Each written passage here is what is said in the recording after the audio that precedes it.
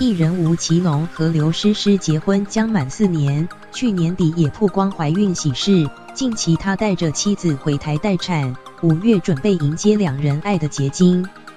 昨日26日，网络上也流传两人现身在大稻埕慈圣宫年货大街的照片，夫妻俩维持低调模样，戴上帽子、口罩，吴奇隆也在身后保护妻子。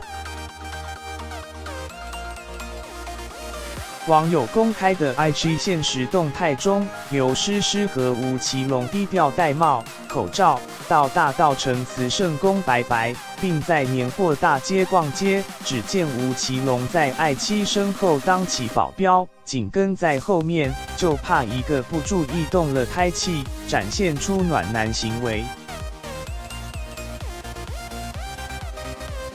刘诗诗去年怀上男娃，距今约怀胎6个月，与老公回台后定居新庄豪宅，几乎没有公开露面，而未来可能也会和公婆、夫家亲友们过年。年前先到庙里拜拜，似乎已经蛮习惯台湾。